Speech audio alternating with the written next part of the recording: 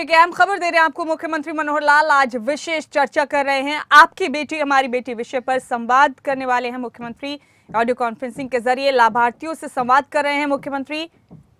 ये तस्वीरें इसी कार्यक्रम की आपके टीवी स्क्रीन पर है, सुनते हैं कि हरियाणा को उससे पहले एक ऐसा प्रदेश, एक कलंकित प्रदेश जिसमें बेटियों को मारने वाला प्रदेश ये संज्ञा दी जाती थी, इसको ठीक करने के लिए और एक बीड़ा हम लोगों ने उठाया।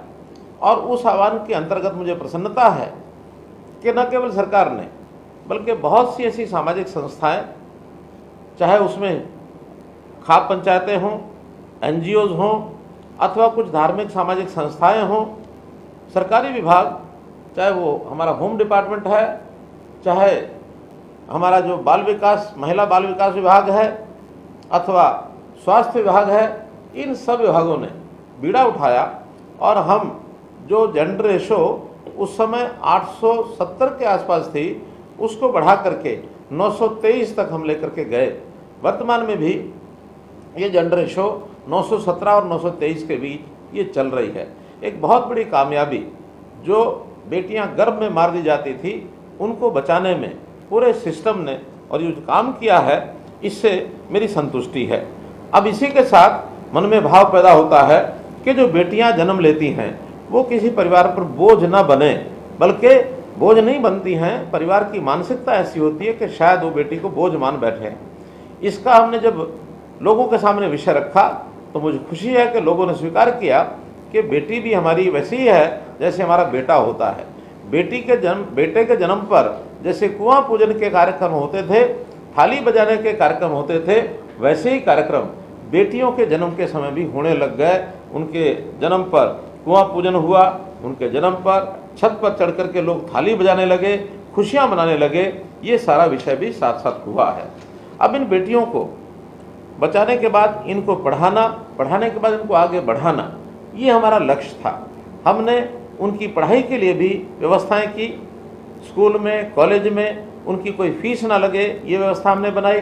और हर 20 किलोमीटर के अंदर एक कॉलेज जिसमें हमारी बेटी बच्चियां वो पढ़ाई कर सकें, ये कॉलेज हमने खोले।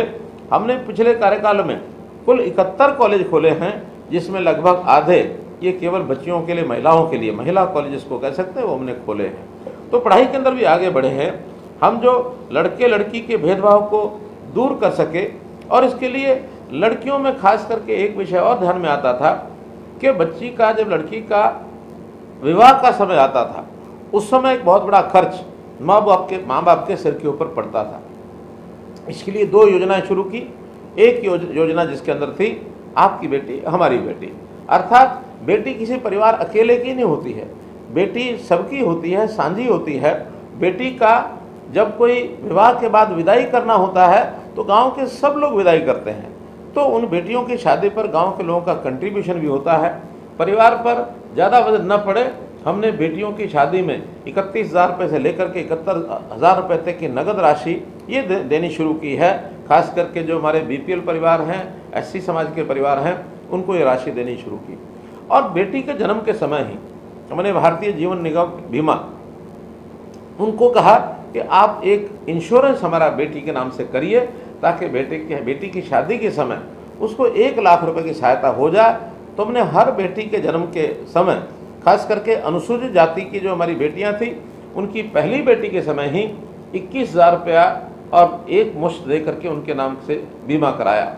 और जो बाकी समाज है उनके सबके दूसरे और तीसरी बेटी के समय हमने 21,000 रुपया ये सब जमा कराना शुरू किया।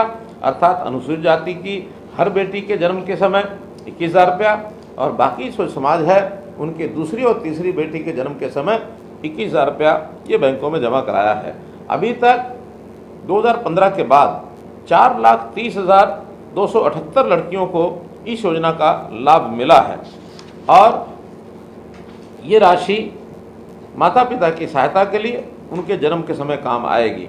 और इस प्रकार से बेटियों को अबला न समझकर बेटी को सबला बनाने का जो काम हमने किया, उसमें उनकी पढ़ाई, उनके ज्ञान विज्ञान के अंदर उनका आगे बढ़ने का काम, खेल के मैदान में उनको आगे बढ़ाने के लिए, राजनीति हो फिर समाज सेवा हो, ऐसे महिलाओं के हर क्षेत्र के अंदर आगे बढ़ने के लिए हमने काम किया। यहाँ तक हमारी एक बेटी चंद्रयान 3 के सफल लैंडिंग की जिम्मेदारी उस बेटी को मिली और एक प्रकार से उसने हरियाणा का नाम न केवल देश में बल्कि दुनिया में वो छोड़ा है।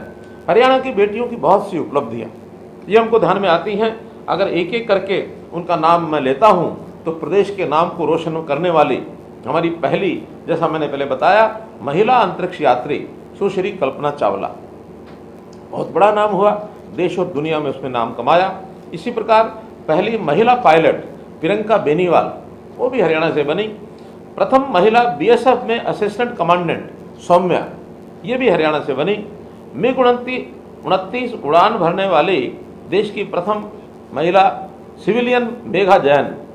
इसी प्रकार प्रथम महिला रोडवेज बस चालक पंकज देवी, प्रथम महिला पहलवान ओलंपिक कांस्य पदक विजेता साक्षी मलिक, प्रथम महिला पहलवान राष्ट्रमंडल खेलों में स्वर्ण पदक विजेता गीता फोगाट, प्रथम महिला ओलंपिक रजत पदक विजेता दीपा मलिक, प्रथम महिला एवरेस्ट पर्वतारोही बहन संतोष यादव, प्रथम महिला वर्ल्ड रेसलिंग एंटरटेनमेंट यानी WWE रेसलर कविता दलाल, प्रथम महिला अर्जुन पुरस्कार विजेता गीतिका जाखड़, प्रथम महिला भीम पुरस्कार विजेता सुनीता शर्मा और प्रथम महिला मिस वर्ल्ड खिताब विजेता मानुषी छिल्लर।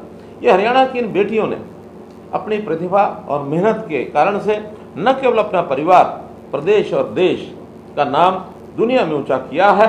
मैं ऐसी सब बेटियों के इस प्रकार के कृतित्व के लिए उनको सबको बहुत बहुत बधाई और शुभकामना देता हूँ।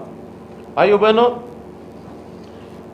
हमने प्रधानमंत्री जी ने भी जैसा सुकन्या समृद्धि योजना, ये योजना चलाई है। इस योजना के अंतर्गत भी बेटी अपने बैंक खाते में 10 वर्ष की आयु के बाद बालिकाओं का खाता डाकखाना में खुलवा सकते हैं। प्रतिवर्ष 250 रुपये से लेकर 1.5 लाख रुपए तक की राशि वो जमा करा सकते हैं। इस राशि पर 8% चक्रवृद्धि ब्याज उनके खाते में उनको मिलता है। साथ ही इस राशि को धारा 80C के अंतर्गत आयकर से भी और मुक्त किया गया है। ये राशि बेटी के बड़े होने पर उसके किसी भी कामकाज में मददगार हो सकती है।